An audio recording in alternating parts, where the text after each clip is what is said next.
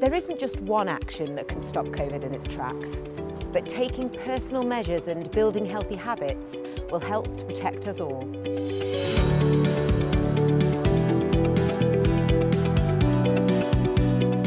COVID-19 spreads in confined spaces, crowded places and close contact settings. Wash your hands regularly and practice good hand hygiene. Carry a face covering at all times and wear it in any crowded or busy places. Increase your distance when you can and seek out fresh air either by meeting outdoors or increasing ventilation indoors. These little personal steps will really help add up and protect not only you, but those around you.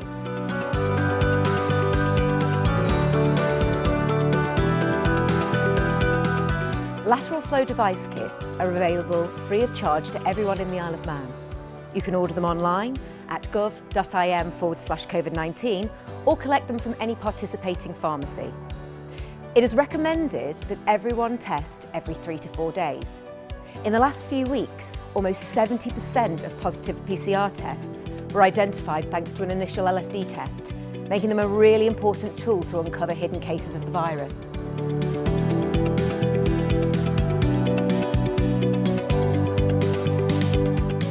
Vaccinations are effective in preventing severe illness, hospitalisation and even death. The vaccination programme is available to all island residents aged 16 and over and provides our greatest collective defence and ability to manage COVID-19 long term. It takes just 1 minute to register for the COVID-19 vaccination and it could save you from severe infection. Be safe, be smart, be kind for our island.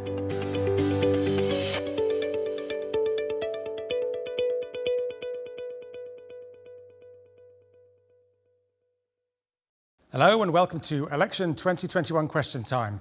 In this edition, we feature the candidates looking to represent the constituency of GLENFABA and Peel.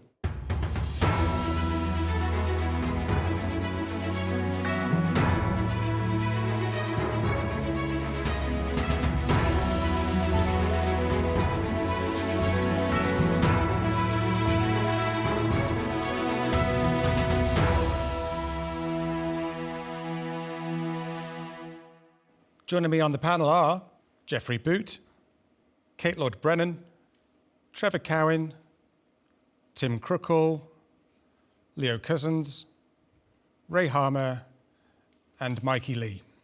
Following the general election on September the 23rd, 2 of them will be elected to the House of Keys.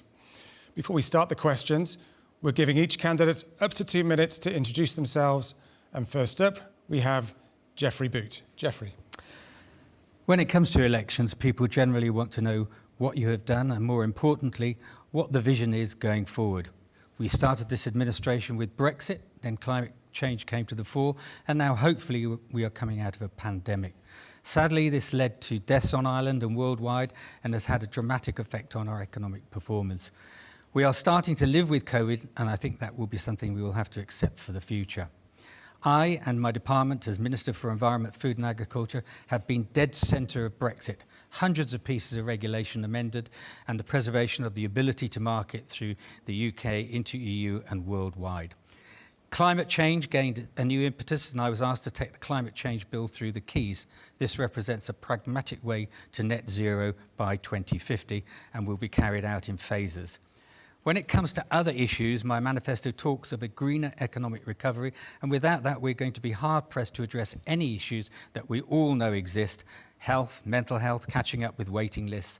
In Peel, a new sewage plant is almost there and will be a priority. Education, schools in the area. Locally, the marine silt issue needs solving, and we're already doing work on the upland catchment, which may decrease the contamination coming into the marina. There are many issues around transport, roads, pavements that need catching up. In Peel, particularly regeneration of the shopping area, linking the promenade to Michael Street is a high priority.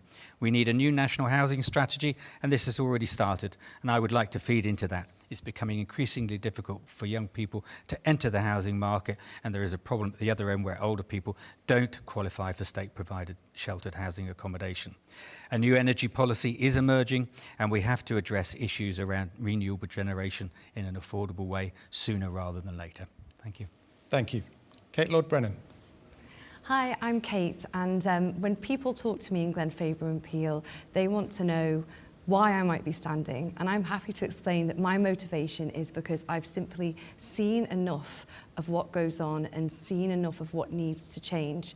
And so with that, I'm highly motivated to do a great job for the people in GLENFABA and Peel.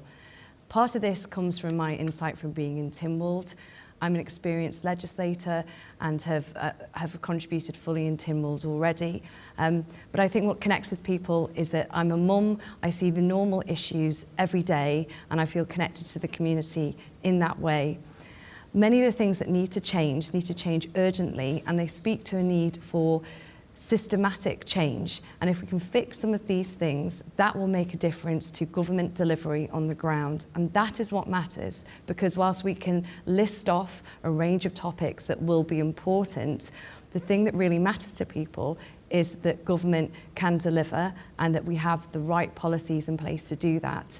The island's had a hard time through COVID, but I actually feel positive that there is a way forward for a new and a vibrant approach, and an approach that will bring and demand a reset for not just the people in GLENFABA and Peel, but for the island, for a fresh approach and a new direction. Thank you. Thank you, Kate. Trevor Cowan. My name is Trevor Cowan. I'm well known as the man who writes letters to the papers, and I've been referred to as a campaigner for accountability, a serial petitioner of Tynwald. And for those voters who don't know me, I was born on Tynwald Day on the Isle of Man. All my ancestors were Manx, and I'm therefore a true Manxman, and I'm proud to be so. I've lived in Peel nearly 50 years with my wife Alison, who is an active member of the community. We have 3 children and four wonderful grandchildren who all live on the island. Early on in my 40-plus year career in the civil service, I worked in the Attorney General's chambers, where I gained valuable experience of the law, and later became a Deputy Director of Social Security for the DHSS. Throughout my career, I have dealt with complex legislation, and in doing so have developed an essential knowledge of how it works and how to read and interpret it. This will be of immense value to me if I'm elected as an MHK. Since retiring, I've run my own consultancy business specialising in national insurance liability and pension entitlement and benefits. I now provide advisory service to individuals free of charge and expect nothing in return. I get immense pleasure and satisfaction from using my skills to help people. If elected, I aim to ensure that government ministers and senior civil servants are held accountable for the failures and mistakes they have made, which have cost taxpayers millions of pounds. Government ministers are challenged and held accountable for failing to deliver on the promises they've made. The transparency and scrutiny of processes throughout government is improved, and confidentiality agreements, or otherwise called NDAs, between government and private companies are stopped. Taxpayers deserve to know that the real costs of contracts that government enter into on their behalf. The most important issue that's facing Peel at the moment is the untreated sewage being dumped into Peel Bay. There's about 5 tonnes of untreated sewage sludge a week going into the bay, and millions of tonnes of millions of E. coli. Thank you, Trevor. Tim Crookall. It was a great honour and privilege to serve Peel in the Isle of Man in Tynwald and as an MHK and an MLC from 2006 to 2020. I had intended to let my name go forward for re-election in March 2020 to become an MLC again, but I had become disillusioned with this government. I decided I want to put some distance between myself and this administration while contemplating my future, so I didn't seek re-election.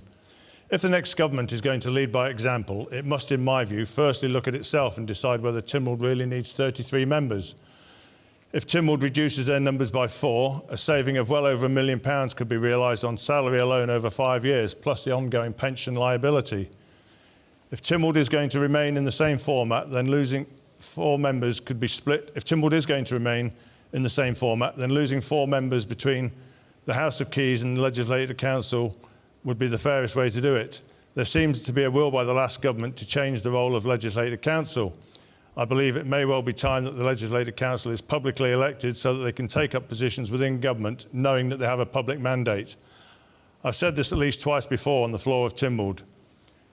This government has been guilty of bad management, vastly overspending, delivering projects late. It has failed miserably with its core business of maintaining government property and infrastructure, and has failed to plan ahead when it comes to critical issues like the storage dumping of toxic and inert waste.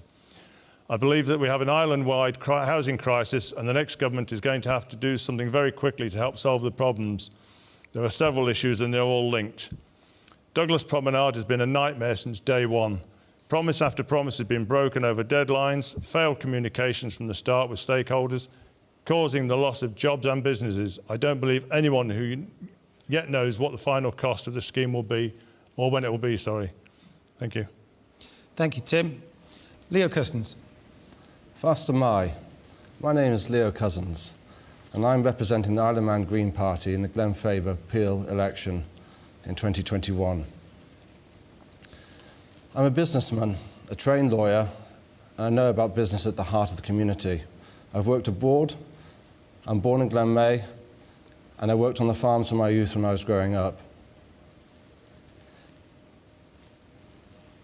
We've come to a point where this election is being contested. We've had previous elections where there have been less people standing.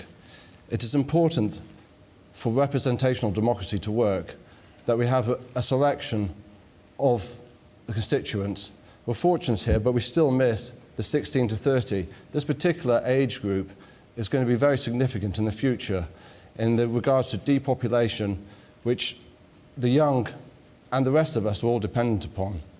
It is one of the most critical crises coming, and unless we make or reach a conscionable deal where it works for all people in the Isle of Man, we'll have difficult situations to remedy. These meetings will contribute to a process that we all hold to account these conversations in the eventual process of choosing an elected representative. It is important that these meetings engage the whole of us, because it's not just about what the representative can do, it's also about how you engage with that. And for democracy to work in the Isle of Man, we need to rediscover that relationship. And I do believe that is possible. Thank you. Thank you, Leo. Ray Harmer. Good evening, everyone. It's been an honour to represent and support the people of GLENFABA and Peel as your elected MHK over the last 5 years. The resilience of our community and our support for each other has been remarkable as we weathered the storms of COVID-19 and Brexit. As Policy and Reform Minister, I've been looking to the future to re-energise our economy, seizing new opportunities through technology and green initiatives to enable our island to flourish. My passion is to improve lives in whatever way possible and to make our community and our island even a better place. Locally, I've led a number of key projects, including the construction of the New Peel Bridge, the rebuilding of Foxdale Main Road, the reconstruction of the Heritage Trail, and through the removal of silt, the protection of Peel Marina. With funding agreed for a new sewage plant to be built in Peel and a location to be approved in early 2022, my aim is to see building commence later that year, producing safe bathing for all. Another project where funding has been approved is the STEM, the Science, Technology and Engineering and Maths block at QE2. Through the establishment of the Western Wellbeing Centre, we have led the way with an integrated health and social care model, which now should embrace not just residential and respite care, but also community beds and mental health, focusing around the needs of the individual. While there has been much progress, there is still much more to do and complete. I've built relationships across government and in the local community and have worked hard behind the scenes to influence, to get things done. I've made vital decisions and persevered to see things come to fruition. My hope is that you'll continue to trust me to represent you well in the years ahead. Let's seize our best future together. Thank you. Thank you. And finally, Mikey Lee. Hi, I'm Mikey, and I'm standing as an independent in the upcoming election. Now, I'm standing because I feel at times the government are afraid to ask questions of people because they're afraid of the answers. When, they keep asking, why are young people leaving the island? And I don't think they've ever actually asked them. So what I want to do is make sure that that happens, that we continue to communicate with not necessarily just even the young people, but everyone on the island, so we can get a wide range of everything that what people want, how we need to move forward. I also believe the government needs to lead by example when it comes to things like climate change. They keep talking about, oh yes, we need to do this, or we want our people to do that, but they aren't willing to do it themselves. So we need to make sure that the government will lead by example with climate change and will make those changes themselves so they can hopefully then allow the people to follow them as well. Thank you. Thank you, Mikey. Just before we get to the questions, Kate Lord Brennan, very quick answer from you, if I may. As a current member of Legislative Council, are you planning to resign from Council if you are unsuccessful in getting elected to the House of Keys? I will then take a decision, down the line. I think, clearly I'm all in on this now. I'm definitely committed. It's actually a massive risk to put yourself out there as a working mum to do this. I would say though, I would ask the people of GLENFABA and Peel to consider what I can contribute because I'm in legislature. Just quick yes or no, but okay. That's fine. Are you asking everybody else if they're going to resign from their jobs too? No? Now, moving on to the next question. In November 2016, UNESCO Director Mr. Han Kun Lee formally inaugurated the Isle of Man into the World Network of Biosphere Reserves, recognising it as a special place for people and nature. Perhaps the fact that raw sewage is still being pumped into the sea around the island, including Peel Bay, was missed off the Biosphere submission papers. To paraphrase Irish poet Brendan Behan, people don't actually swim in Peel Bay, they're merely going through the motions. Where would you like to see a new sewage plant for the area built, Tim Crookall? Myself personally, I would like to see it on the fields behind the power station and the Ellen Banning fuel depot. I think all things considered, and the recent incident we've had with the trees in St Mark's, if we go for GLENFABA House, there is something like 110 trees to have to come down up there. I think it is now not feasible or viable to take those trees down in this day and age. And although it's in private ownership, that land, it is zoned for light industrial use, and that is probably the best place for it because it's the closest, it's the flattest, and it would be the cheapest to run. Thank you. Trevor Cowan? I really don't mind where it's built, as long as it's built. My preference would be for GLENFABA House, mainly because all the plans have been drawn. The environmental impact assessment has been drawn up as well, which is a costly document. And GLENFABA House, the last planning application for GLENFABA House wasn't refused the popular opinion is that Coleman actually refused it, but they didn't refuse it. Even Geoffrey Boot and Ray Harmer think they refused it, and they're ministers, but they didn't refuse it. It was never refused. In the end, the Manx Utilities Authority withdrew it. Okay, thank you. Kate Lord Brennan. To me, it's about what sort of solution there is. If it's going to be regional, it needs to include the following things for the water quality that you've mentioned there, and also to be realistic about biosphere status. What it needs to include is costing and provision for an extended outflow pipe. It needs to include all year-round UV treatment, because the bay is not just used all year round. And we need to be really clear and confident about how the historic legacy waste of the dangerous toxic chemicals, PCBs, is dealt with. So there needs to be transparency and surety on that matter, and not just for the sake of it being two birds with one stone, saying that it's necessarily going to be fixed by way of regional treatment. That, to me, is what we need, because we should be proud of that beach. And if there's any beach that should have blue flag status on the Isle of Man, it should be Peel Beach. So it needs to be about the outcome. That's my point about all of that. Okay, thank you. Thank you. Mikey Lee. Well, Peel already has a big industrial area down by the power station. You've got the total area down there as well. So I think that is a perfect area for it. It has, as Tim said, it has already been zoned. It was part. It is down as part of the Western area plan as possible usage for this in the past. When you look at some of the investigations into it, there was two fields down there already, as well as the fields at GLENFABA House. They were all zoned. They were all found to be areas for it. So yeah, I believe that keep it in Peel, down by the power station. Thank you. Leo Cousins. I think the curious thing about this is the report that they asked people, where should it go? I mean, what do I know about a sewage plant, where it should go? I know nothing. I'm quite honest about it. And I think most of the people that responded to this consultation don't know anything neither. We're not trained in that profession. We don't know the ins and outs of it. It seems a remarkable process, and a costly process too. This must change. We cannot run organisations in this manner. We cannot have people asking reports where they don't produce an end result. It is simply not acceptable. And that brings me really into a bit more about the culture that is in that. I think when I've been speaking to people in the last year, it comes down to responsibility. We are desperate for someone to take responsibility, to say, yes, I'm the one that's managing this, and I'm the one that's dealing with this. And we just don't see it. Oh, okay, thank you. Geoffrey Boot. Yeah, thank you. I'm a great believer in the regional concept of sewage plants, and don't necessarily agree with pumping sewage over great distance. Sadly, this site or application failed. UK inspector found that he felt that the MU had not explored other sites in enough detail.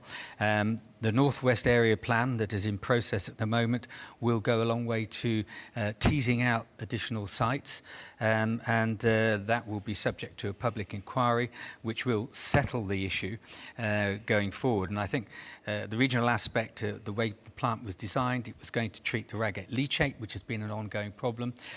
So I support that regional. And if you're talking about where the site should go, I won't preempt the Northwest Area Plan, but if we can find a site close to the power station and that area, I think that would be a good solution. Thank you. Ray Harmer. Thank you. The locations are actually very, very close. I think when the site comes forward, which the MUA are actually moving forward in later this year and putting for planning next year, early next year, the sites are really around the power station. So it must be a regional sewage plant. We can't go back. We've got it all pulled together now, all as one, and just get it done. It needs to include the Raggett leachate, which it will do that. It's already in process, it's already in train. I think this isn't a subject that we really need to sort of divide on. This is one where we just need to come together to see it done, and to see it done next year. Thank you. I just want to move on to something which is a big theme in this election, which is access to affordable housing. Local first-time buyers are finding it increasingly difficult to get a foot on the property ladder, while at the same time the government is actively marketing the lack of restrictions on purchasing property in the island by off-island investors and the lack of stamp duty. What actions would you propose to help local first-time buyers? Geoffrey Boot. Yeah, thank you.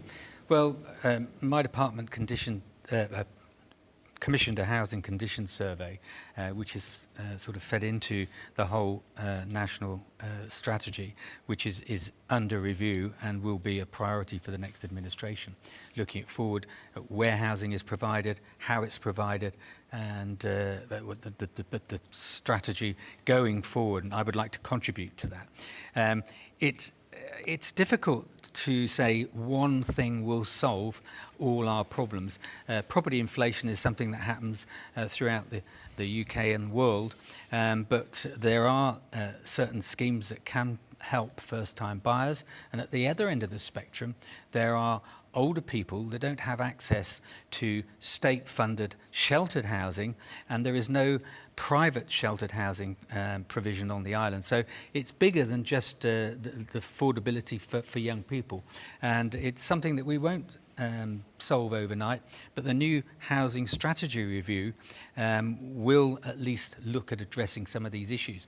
And if there is an appetite for restricting ownership, that'll tease that out. But at the moment, let's see what comes out of that rather than preempt it. Okay, thank you. Mikey Lee?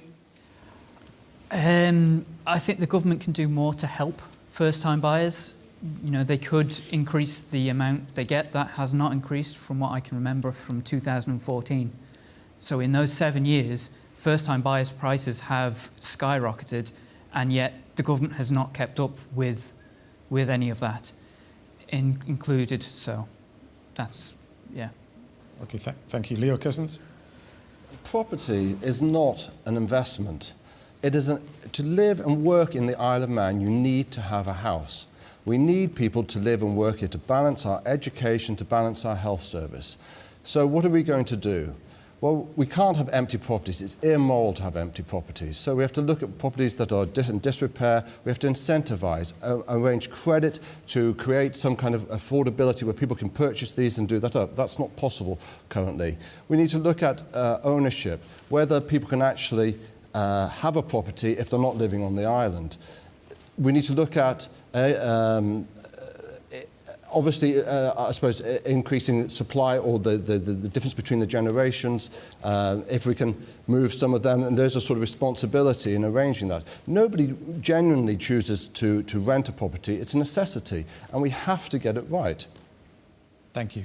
Kate Lord Brennan?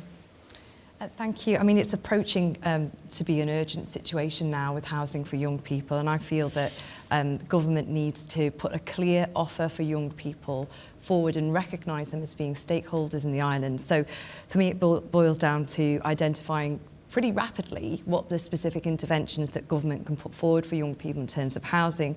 You can talk about the financial side of it, whether it could be government guaranteeing deposits, legislative changes to introduce even temporarily some restrictions on house purchase. And then obviously there's the matter about supply as well. Now, I think talking to people outside government is important. I'm not a fan for the idea of long-winded reports on this. I think there needs to be some kind of urgent task force to identify specific government interventions to sort this very, very soon. We can't just have strategies and interim strategies. It needs to be intervention now. Thank you. Trevor Cowan? Yeah, well, I welcome the recent announcement about the DOI that the first-time buyer schemes have been reviewed, resulting in increases in the income limits and maximum property price eligible for further schemes. However, I don't believe that the needs of first-time buyers have been adequately met by this review. A full review of the first-time buyer schemes is needed to re-evaluate the level of government support that should be provided, and it's imperative that our young people aren't priced out of the housing market. And more importantly, consideration should also be given as to the feasibility of introducing restrictions on property ownership based on residency, similar to that seen in the Channel Islands.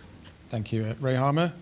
Thank you. I mean, the first thing that's been highlighted is supply. So one of the issues in the Eastern Area Plan, which I took through Tynwald, was about increasing the amount of supply, particularly brownfield development, and also I'm on the, and we've created a development agency, and I'm on that site to actually create new housing for young people and affordable housing.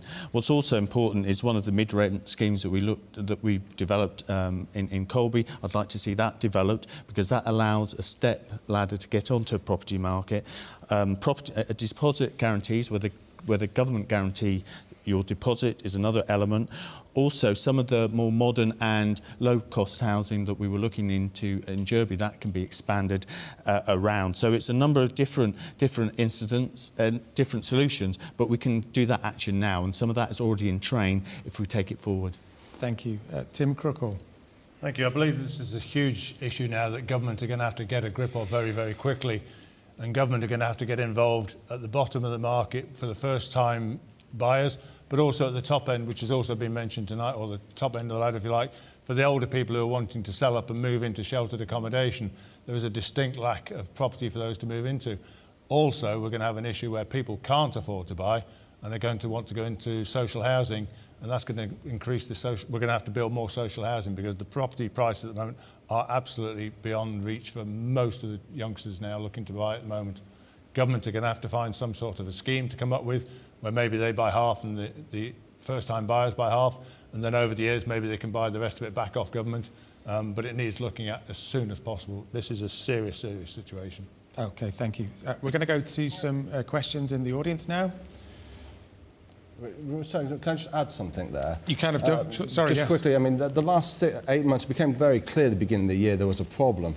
And I really felt that government should have flagged this up and said, you know, there are people that work in our hospitals and work in our sort of pivotal industries, and they have families and they're living in rented accommodation.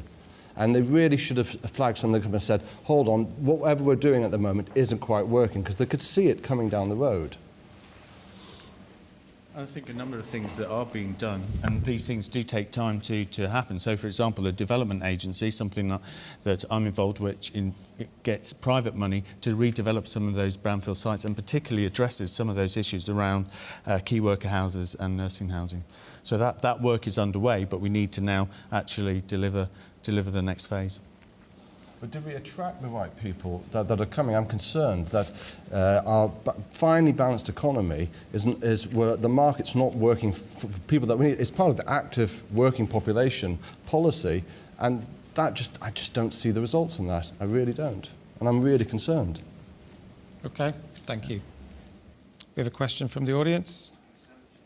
In your opinion, why has Peel and GLENFABA been unable to obtain the government favour, seemingly government favour, when we look at how regeneration, RAMSEY is looking, CASTLETOWN, there's lots of things happening there around the town. Port Erin is incredibly alive.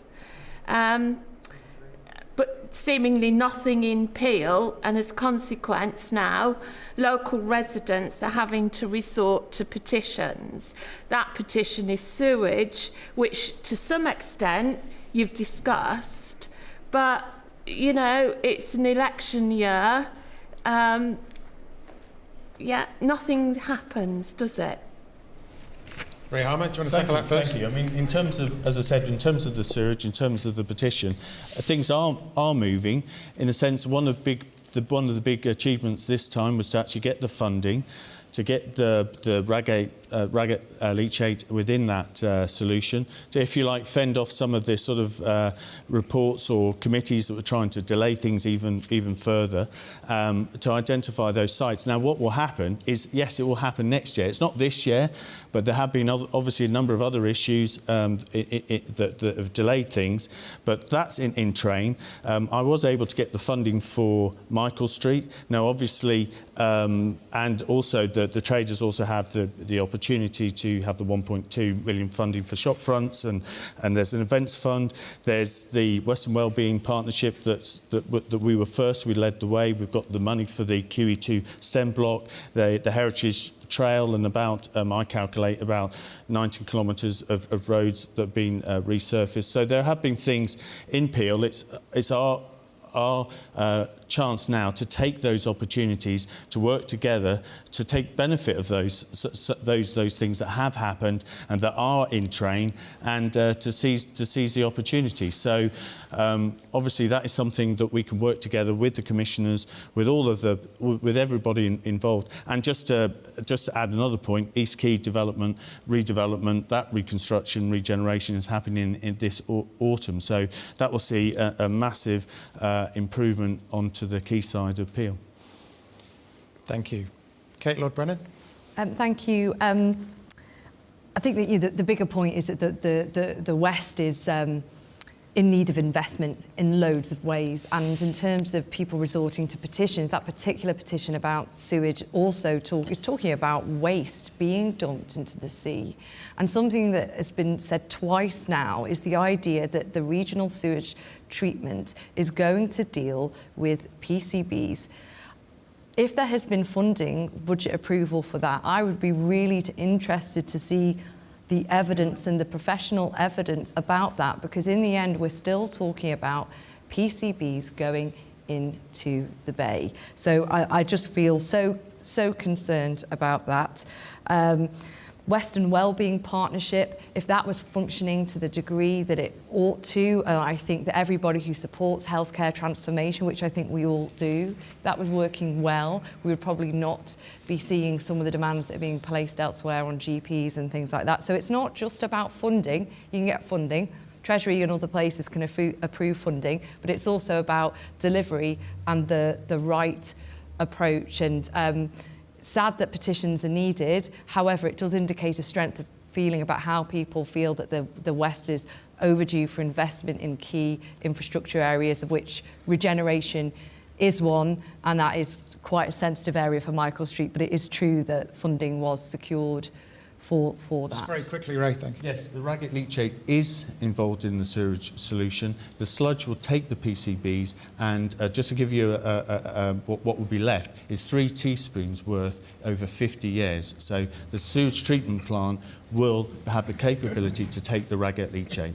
I just needed to make that clear. And there is already budget in there that was secured, that was fought for to deal with that. I'll come back to you, Kate. Trevor Cowan, did you have something to add? I really can't. I cannot understand how Ray can make that comment. 3 teaspoons over 50 years. It's ridiculous. This is after treatment. That's what I'm talking about. Well, so what I'm saying is the problem is, Ray, as you know, there's different opinions on whether you can treat PCBs and whether you can't.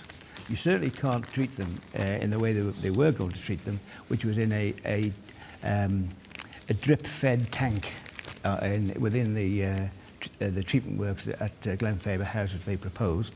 It's just coincidence today that this picture appears in the Examiners today. I actually took that photograph from my boat, and that's now made the well, it's almost a full page. Sorry, Kate. Yeah. I actually took that photograph, and people are now following up what I've been saying for years. It has to stop. But you either build a sewage treatment works to stop it, or you pump it somewhere else. Okay. Now, Tynwald has decided on a regional sewage treatment system, and therefore we should not be looking at anything else other than that, in my opinion. But the problem with like anything else, nobody wants it. And the only other problem that you've got with positioning it next to the power station is there is currently about 40,000 tonnes of silt lying in that field, which was dredged from Peel Marina at a cost of about £9 million. Right? And they haven't got anywhere to put that yet. And there's planning permission for that site to stay there until 2024. Okay. So nothing will be happening very quickly unless they get on with it. I just want to move it on this one. Jeffrey Boot, you want to come in? Yeah, I will. First of all, we run Peel down. There has been quite a lot of work done in Peel. We have a marina. We do have a regen project in Market Square, which some disagreed with, and we nearly got a Michael Street scheme, which is subject to appeal at the moment. From my perspective, we have attracted money, and I will continue, if I'm re-elected, to work with the commissioners to link the promenade area to Michael Street and make it better for everyone. Now, when we talk about sewage, the sewage plant is funded. standard, and my department did a lot of the work on the environmental impact assessment, and I can confirm that PCBs will be captured by organic material in that sewage plant, and they will be incinerated in pellet form off-site. So it is an effective solution. But from a different perspective, we've been working on the upland areas to try and stop further contamination, particularly heavy metals, coming into the marina complex. And we've got £500,000 of funding to do some work further up the catchment. So there is money there, and I think we can do more. In fact, we could do a lot more working together to make Peel a better place. It's got a good range of shops, but there's just something missing at the moment. Okay. Did you want to counter anything, Kate, very quickly before I move on? I think some of the claims being made about PCB treatment and biological sewage treatment are frankly outrageous, and I will want to see the professional advice on this. And also, does the Energy from Waste plant, are they aware that they are going to be asked to burn these PCBs? You know, we just need to be seriously careful about this, because it's actually quite outrageous, some of the things that are being said, and I think transparency is needed. Available. If you want to research in my department, you will find the reports out there. Thank you. Leo Cousins? Can I just come in on that? Can I just get Leo's view? I'll come back to you, Trevor. Thank you.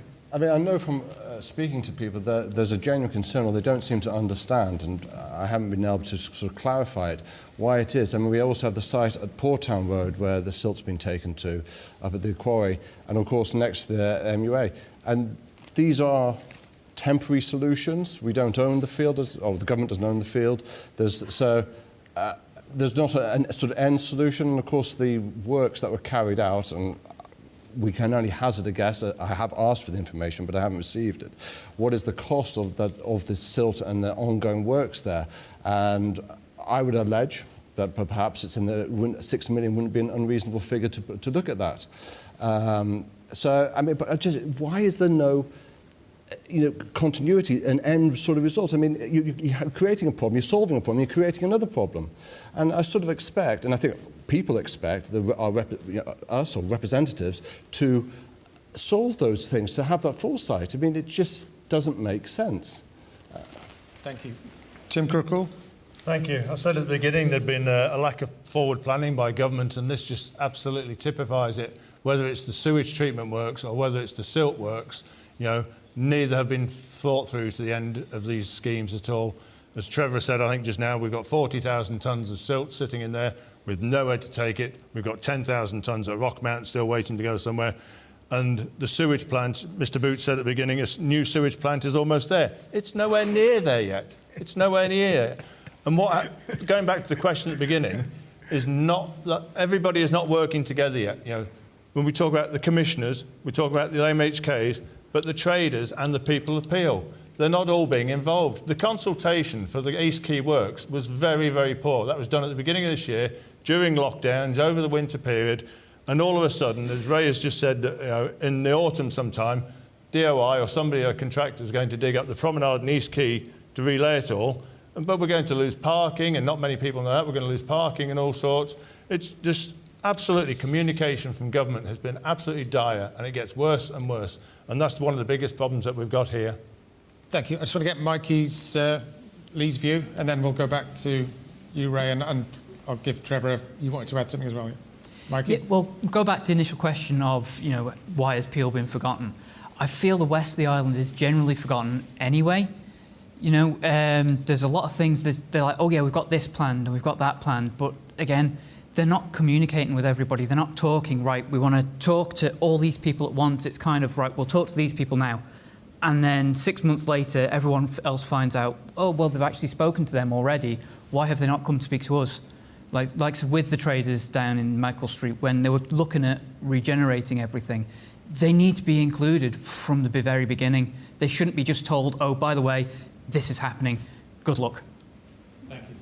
Ray Harmer? Just on East Quay, the first meeting I had, and I think it was with traders and with people that are involved in there, was a couple of years ago. But I think actually everybody's very supportive, and the planning has gone through without a hitch. I think some of the times we sometimes get involved down in the technicalities. I think that Trevor was absolutely right, that in the sense that what we want is the sewage plant. It needs to be built now. we then go down sidetracks of detail, but the point is the regional sewage plant we're absolutely all committed for. Now, actually, the finance has been acquired in 2019. Things are moving forward, not as fast as any of us would have liked, but they are moving forward. And as Tim has been with the role in MUA, things have taken time, but it will be delivered in 2022. Thank you. Trevor, did you want to add something right at the end? I'm absolutely amazed. Jeffrey's sitting here saying a sewage treatment work is we're almost there, and Ray said we're on the brink. We are nowhere near. Absolutely nowhere near getting it. That the MUA aren't even planning to put a planning application in until next February, and I don't know why it should be next February, because they withdrew their previous application in December 2020. So that would be 14 months after they withdrew it. How does it take 14 months to look for alternative sites and come up with another planning application? It's ridiculous, right? I've already asked questions. I've asked for copies of all the minutes of all the meetings of the MUA at which this was discussed, and I'm still awaiting that. The only way to get this done is to push people and to push them hard and to ask for the information. And I do that all the time, and I'll continue to do that. But as I say, I'm absolutely amazed. Maybe Jeffrey could explain where he thinks it's, so we're almost there. Yeah, I will if I...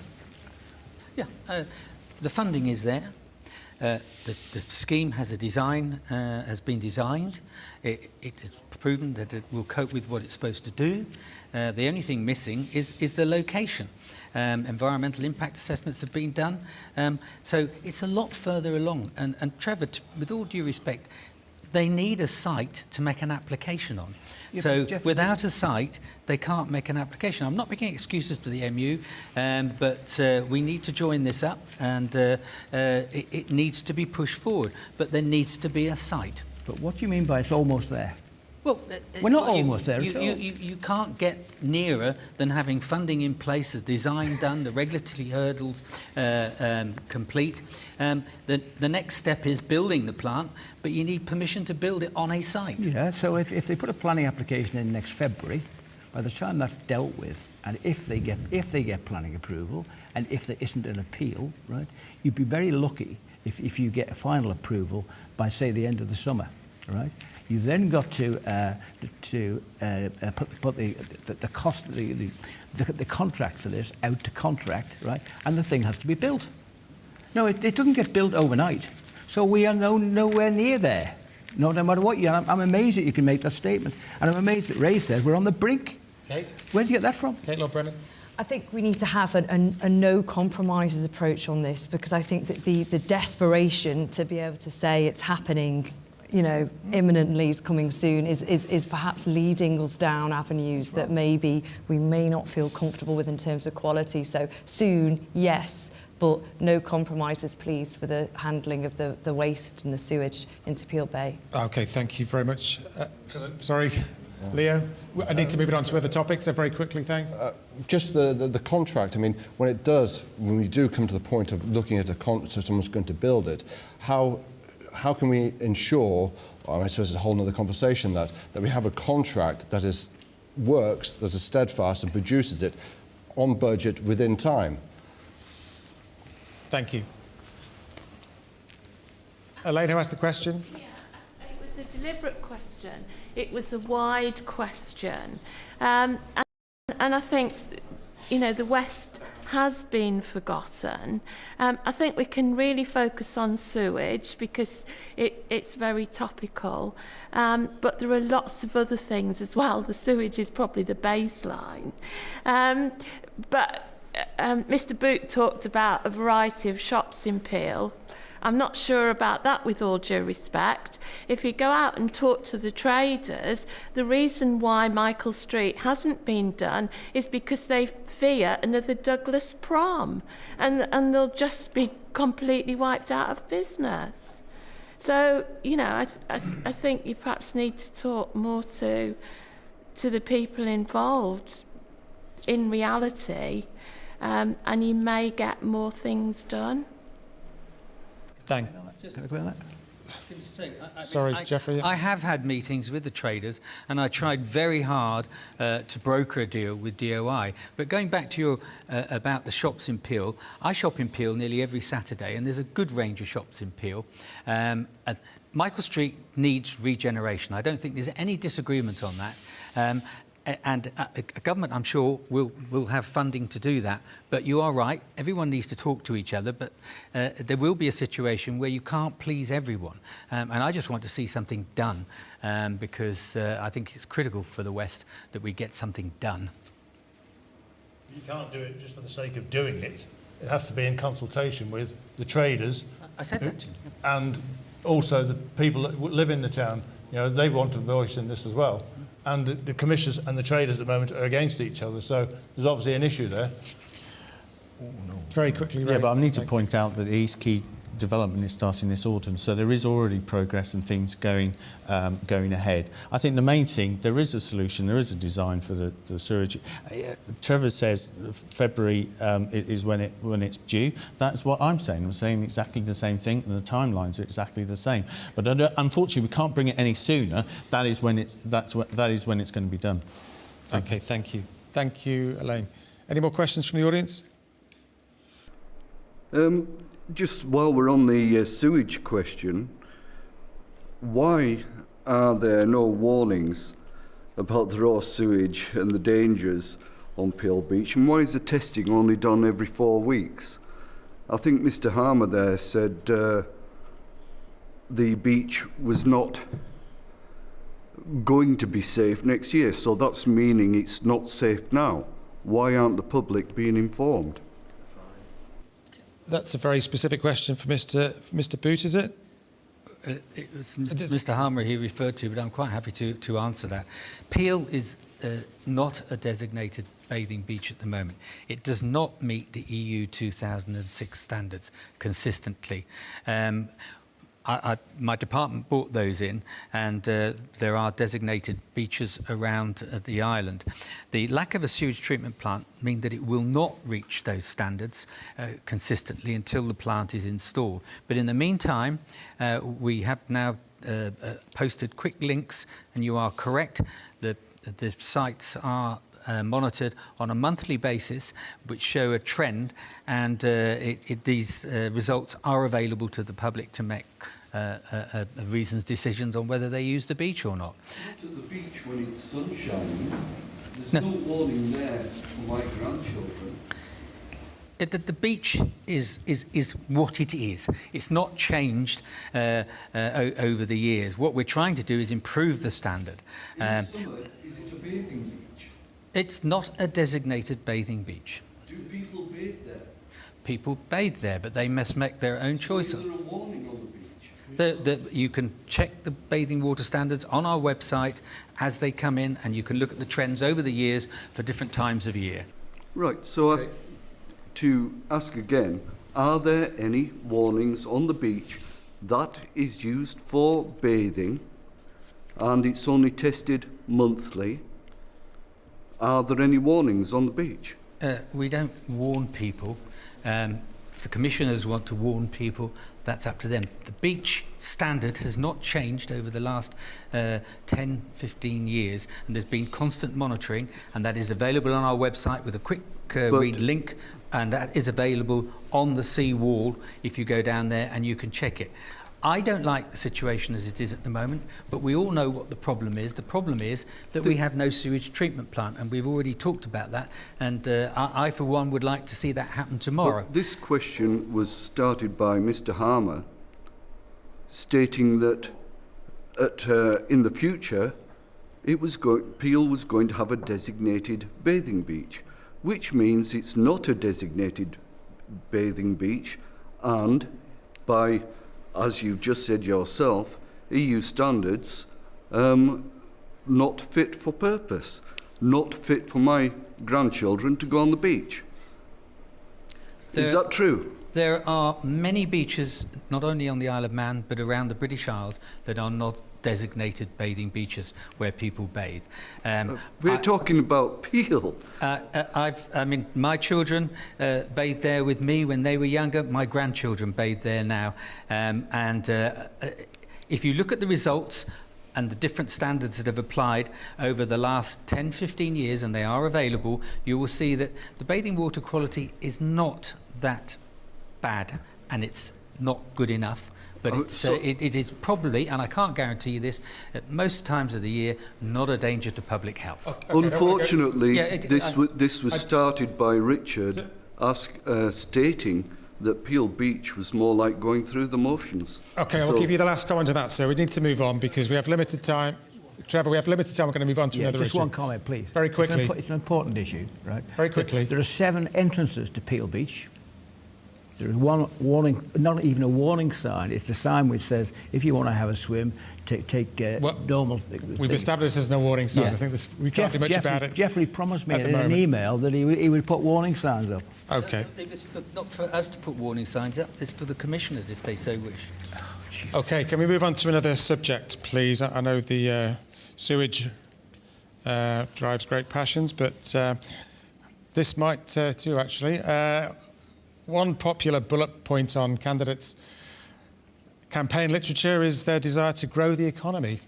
Easy to say, harder to achieve. What's your big idea to grow jobs, to grow the economy for the benefit of everyone in the island? Mikey Lee. With the economy, there is a lot of different ways we can do that on island. Currently, we do focus mostly on the e-gaming and the finance. And I think that is something that we need to make sure we do not just rely on in the future. We need to make sure that is diversified and that we can try and encourage other businesses to come forward, and even if they're just small little businesses, to come forward, start up and start employing local people for different jobs. Any particular business sector or? Not really. To be honest, we need, like I said, we need to just stop relying on finance and e-gaming, so we need almost any other sector to come to the island. Okay, thank you. Trevor Cowan? I really don't think we can stop relying on gaming at the moment. That produces massive returns for the Isle of Man. I think the best department to grow the economy through is the Department for Enterprise. That's its purpose, and I think they are best placed to come up with schemes that will hopefully grow the economy. Do you have a feeling yourself about which sectors? I mean, the gaming is obviously very popular, but it's regarded as a vice industry in many quarters. In some quarters, a vice. No, it's not a vice. People gamble all over the world, and most of their income comes from. It doesn't come from the UK or the Isle of Man. It comes from places like China, who are ardent gamblers. They gamble all the time. Chinese state media has referred to online gaming as opium for the mind. Yeah, probably. Yeah. Okay, no problem. Jeffrey Boot. Yeah, thank you. The Isle of Man is a very compliant jurisdiction, and we're finding throughout the world that different jurisdictions and the bigger blocks, shall we say, ganging up on non-compliant jurisdictions. And we're already seeing people move from other jurisdictions, moving their businesses here because we are compliant. Now, you asked me what sort of businesses they will be. Well, IT is a big growth area, and things like data storage. We're a very secure place, and we're a good environment to live in. And I think if there's one thing that COVID's taught us all, is that you can work effectively from nearly anywhere in the world. And we're already seeing people locate to the Isle of Man and working online. And I think with our great environment, UNESCO biosphere, and let's face it, there aren't much better places to live than the Isle of Man in terms of the environment, safe environment. We're going to see people coming and locating their businesses here and working remotely. So that will be a growth area. But at the same time, we should not ignore our traditional areas of business. I mean, tourism, I think, is going to be a big one once we really open up again. And agriculture and agricultural products and things like that. They're small contributors to GDP, but they do employ people, and they are part of the island's ethos and keep the island looking as it is. So great opportunities there. Super, thank you. Kate, Lord Brennan? Thank you. I think it's quite interesting to look at it in terms of what government can do and also what government perhaps should stop doing, and maybe finally what it hasn't done. it's been the case that now, as a byproduct of having to cope with COVID, that it's the Economic Recovery Group that has come forward and pushed this idea of having a long-term economic plan. Hasn't come from DFE. That's been outstanding for the most part of the administration.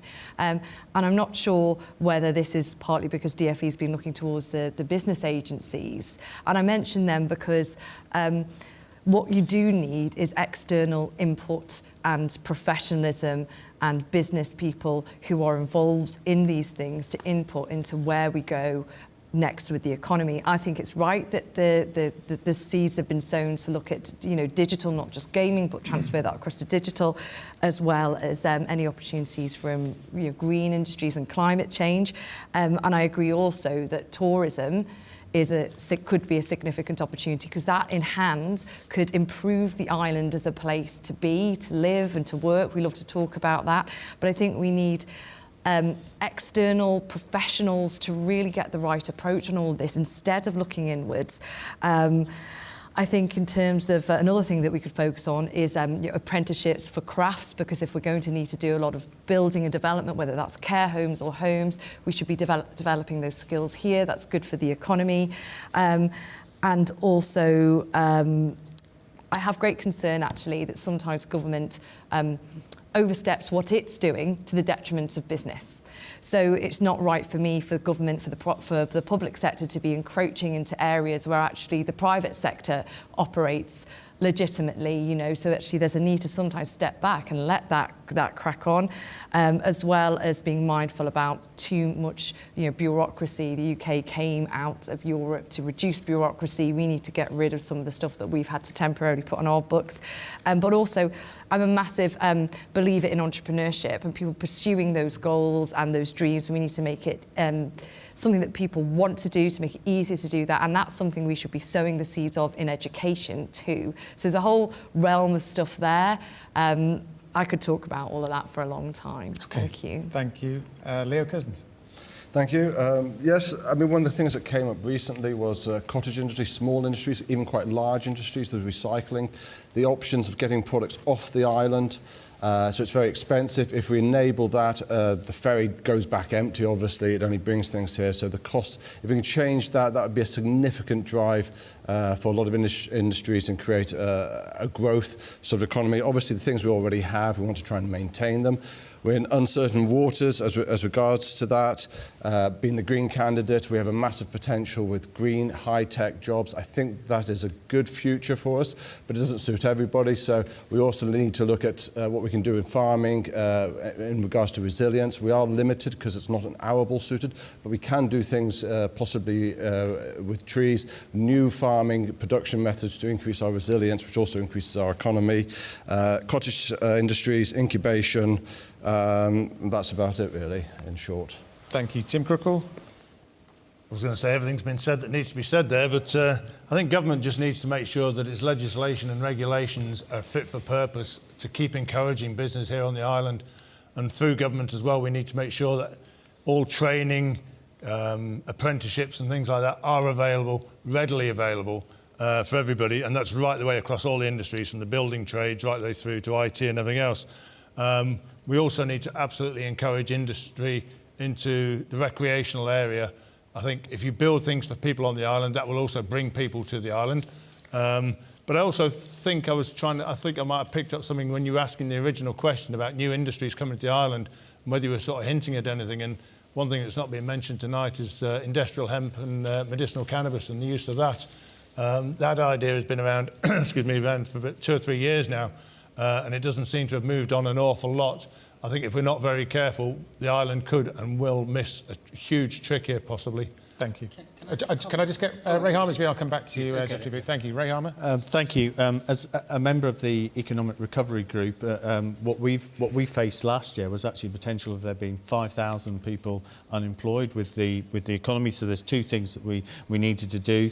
One of them was actually around retraining, and the restart schemes have been massively beneficial, and that is something that I'd like to see in the future. So we need to have a flexible and a workforce that can retrain. The economic strategy was absolutely key, and in terms of that, we need to be looking at technology, we need to look at virtual working. Some of that is about actually encouraging entrepreneurs to come here, and we can do business here as we can do it anywhere.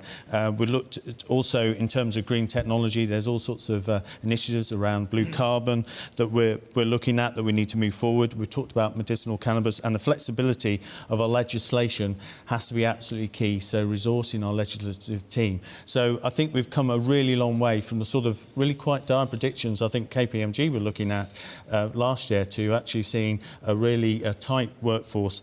And of course there are trade deals that need to be done in face of Brexit, and tax strategy is also key. There's a lot in there. Thank you. Thank you. Very quickly, Geoffrey. I just wanted to comment on the medical cannabis. There is now a proper licensing regime in place, and we are already talking to companies who are looking at bringing production to the Isle of Man. So it has moved on considerably since 18 months, 2 years ago. Thank you. Just moving on. The Isle of Man government has an ambition to achieve net zero emissions by 2050. Is that target too unambitious? Leo Cousins. No. In fact, we're making quite good progress. There's a report recently released which comes out, which examines how, obviously, the power station is coming to the end of its life earlier than people first thought. So it's 2031, 29, depending on which one it is. We're looking at 12 power stations. One of the suggestions that's come forward to power that on biomass fuels, which is sustainable on the Isle of Man. This is an interesting proposal that's in combination also with another 60 megawatts of sun and solar energy. So we're still looking at that. There's some questions about the generators and the heat reduction and sort of technical things that come into that. It's quite a wide proposal. And of course, once when our electricity moves to being carbon neutral, then we're a big step nearer to that goal. And cars will obviously follow quite shortly. Do you think we can bring that target forward then? Yes, yeah, I think it's very achievable. I think, well, yes. I mean, it's depending. I mean, they'll obviously have to start building this. I'd like to see in the next administration, a proper wind turbine offshore, 12 megawatt, about £12 million in connection. But we need a mixed field to create our sort of energy and security, really, going forward. So, yeah, I think it's very reasonable to achieve that. Thank you. Tim Crookall? I think, first and foremost, I was disappointed to say when they set the 2050 date, I personally would have liked to see, a smaller target, if you like, but for 2035, so we would have had that measure, sort of a halfway target, and see how we were doing. I'm still confident, like Leo's just said, that by 2050 we can hopefully get there. But this next government has got to make some serious decisions with regards to the power stations and what they're going to do there. One thing I think the island is probably adamant about is we stay self-sufficient and we don't rely on power coming in from across. It's good as a backup, but industry will certainly say that we need to be self-sufficient. Thank you. Geoffrey Boot. Yeah, thank you. 2050 is a pragmatic target to aim for, but we've always said earlier if possible.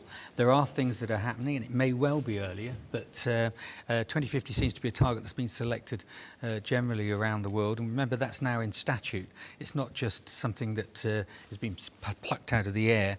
But there's a lot of decisions, as Tim alluded to there, that are going to need to be made fairly early in the next administration, and particularly energy strategy going forward to replace the power station. And at the moment it looks like it'll be a combination of wind, solar and interconnectors and probably biomass. But that decision needs to be made, because there's going to be a 5 to 10 year lead-in on any form of alternative energy provision. So it'll be interesting to see what members think in the new administration. But I should say that there are interim targets in the way we're operating with the Climate Change Act, and we've just finished a consultation on the next phase. Phase 1 has started, and we are making progress. Thank you. Ray Harmer. Thank you. As just been alluded there, we've as I say, there is a climate change action plan. That will then become statute, that will have interim targets. Some of the work we've been doing on the Climate Change Transformation Board really means that we can achieve that. So housing strategy, I brought forward a Green Living Grant scheme, which is a really key part of heating, and there'll be a further strategy around that. We need to do things around solar energy, delivering on that. We also need to be looking at our environment, our seas as well. I think all of these things will take time. Infrastructure takes a very long time to build, so actually we're going to have to work very quickly within the first 6-7 months to deliver the planning, and that infrastructure will take 10 years. So I think it's easy to say we want to bring it forward. We're certainly on what Professor Curran would talk about is the higher ambition path, and we need to stick to that. If we can bring it forward, that would be great, but we certainly are on the right path at the moment. Thank you. Mikey Lee? Yeah, I do believe 2050 should be doable. I do see that, though, as a kind of last resort date rather than, right, we should, instead of aiming for that so we get it done by 2050, it should be done beforehand, and 2050 should be kind of like this is the back end of the scale for where we should be doing it. And like the government do need to, as I said earlier, they need to lead by example. If they want people to start living more green, recycling more, the government need to offer more chances to be able to do things like that, whether it's just in curbside recycling or bigger schemes through other recycling schemes. And yes, so or offer better chances if you want to run your own solar power at home. At the moment, you get very little for doing that. There's no incentive to do it at all. You know, if there's incentive for people to be doing it, more people will do it, and you'll find then there'll be a snowball effect. Thank you. Trevor Cowan? Yeah, I doubt if I'll be here in 2050. I'll be rather old by that time. My main concern is how much we're spending now at trying to achieve 75% reduction in from renewable resources and generate electricity in the next 14 years. We've already committed £40 million towards this, although £5 million has gone missing. I've asked Alf Cannon where that's gone. They had £10 million in 2021, which was supposed to go into two different funds. £5 million went into one fund, and £5 million a year for the next 6 years was the rest of the £40 million. But he hadn't been able to identify yet where the other £5 million had gone. There are considerable costs involved here, and I think maybe this is rather ambitious, and I doubt if they'll achieve it. Thank you. Kate Lord-Brennan? I think we need to do as much as we can, as soon as we can, but it is the case that where the devil in the detail all this is really in two things. It's in the energy strategy, which is yet to be determined. So that's going to hopefully give some focus on things. And secondly, it's within the government action plan, and I think these things are still emerging, and also about how government judges its own policy in terms of climate change obligations, which could clearly be happening sooner in terms of deciding certain things that government departments decide. Maybe, well, actually, certainly could have greater reference to the climate change emergency. I guess I feel frustrated that the past couple of years is maybe leaving people feel fatigued with the idea of consultation after consultation, and really, to me, the climate change bill was a distraction. And I just hope that it is possible then to get people mobilised behind what is really important, and it's going to touch everybody's lives. So it's something that needs to take shape, to be honest, in a greater way, I think, from government.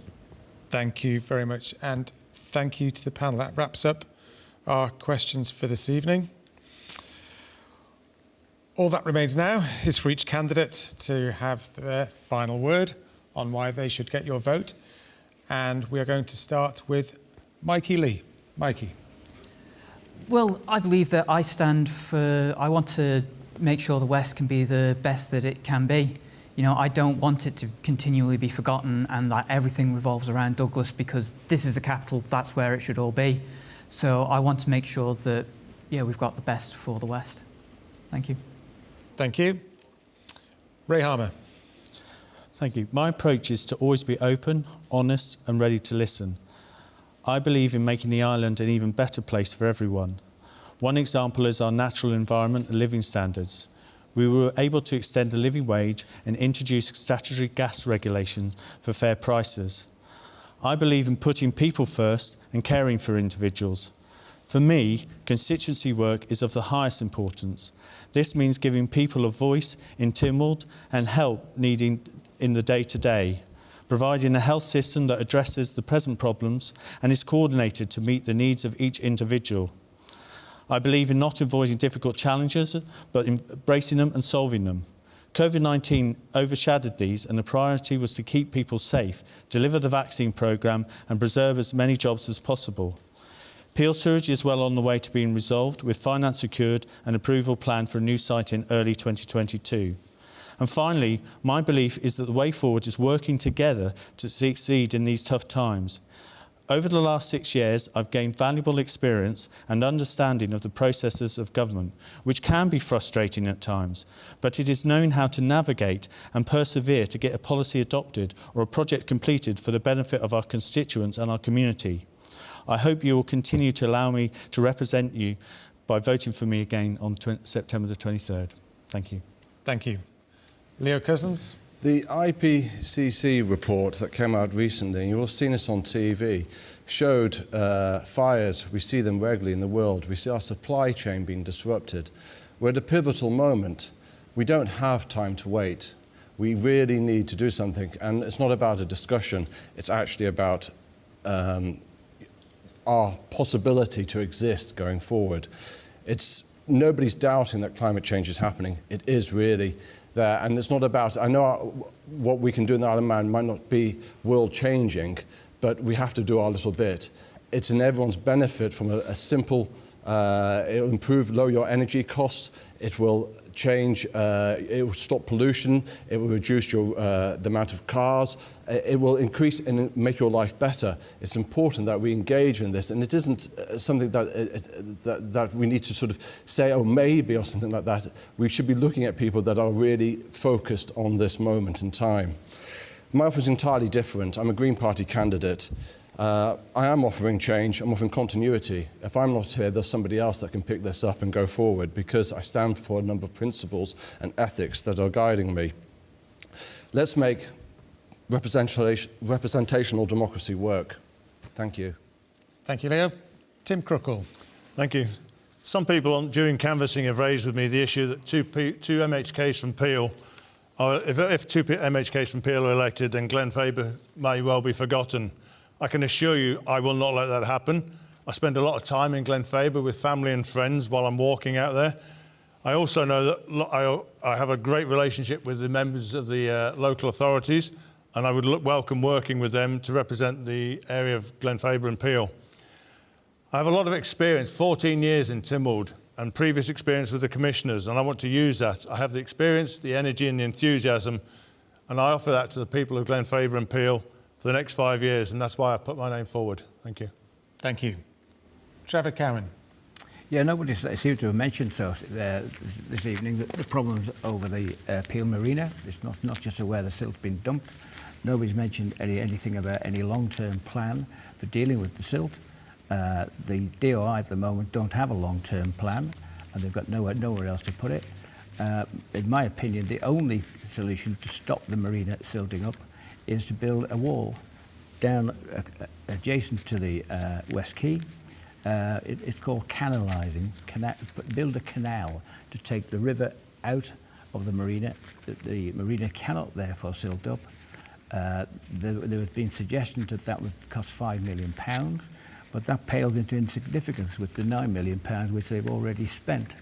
And if elected, that's what I would be proposing, and I'm proposing a programme of scheduled on dredging of the canal, which the DOI accepts could be dumped at sea, the removal of the 44,000 tonnes presently festering in the temporary dewatering lagoon next to the power station by March 24, which is in accord with the planning approval, and the removal of the 10,000 tonnes of silt which the DOI illegally dumped in a hole in the ground off Poortown Road, in respect of which planning approval expired last August. Thank you. Kate Lord Brennan. We simply cannot go on with business as usual. I'm calling for a reset of approach. We desperately need this. I believe that there's a future for the island which is about sustainability and compassion and having a prosperous island again. But for me, I am really committed to serving the constituency of Glenfaber and Peel in a way that does bring back some of the community, is genuine, is caring. I do care and I do challenge, and I hope that people can find that they can select me and give their trust to me to do that on the 23rd of September. And if you do that, I will absolutely give it my best shot, not just for Glenfaber and Peel, but also for the island. Thank you. Thank you, Kate. Geoffrey Boot. Thank you. It's been an interesting evening. Personal perspective, I come from a commercial business background which enables me to bring a commercial as well as compassionate imperative to politics. I have a great passion for the Isle of Man, and as a long-term resident of the West, believe the West can be best. The essence of a good politician is one that can join all the strands as we recover from COVID. I believe I'm well placed and want to play my part in this process. Much of what we set out to achieve in the last programme for government has been completed, but I am very enthusiastic about setting a new agenda with a new programme for government that reflects today's realities post-Brexit, climate change, post-COVID, and the many challenges that face us. From my perspective, there is still work to be done, and I hope that the electors of Glenfaber and Peel will reflect that on the 23rd of September. Thank you. Thank you very much. Thank you again to all the candidates for giving us your time and offering your views this evening. They are Geoffrey Boot, Kate Lord-Brennan, Trevor Cowan, Tim Crookall, Leo Cousins, Ray Harmer, and Mikey Lee. Now it's over to you. Where will your votes be going on September the 23rd? Thank you for watching. Goodbye.